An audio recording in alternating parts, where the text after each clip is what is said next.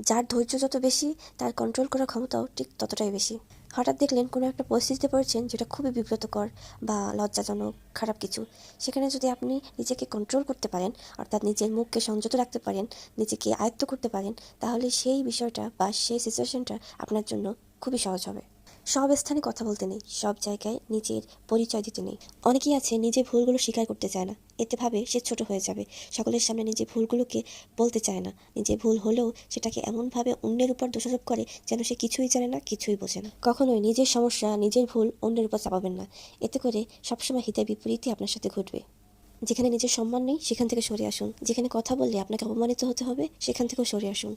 মনে রাখবেন, চুপ থাকা মানে কখনোই দুর্বলতা নয়। চুপ থাকা মানে হলো মাঝে মাঝে সেই পরিস্থিতি থেকে নিজের জন্য কন্ট্রোলে রাখা।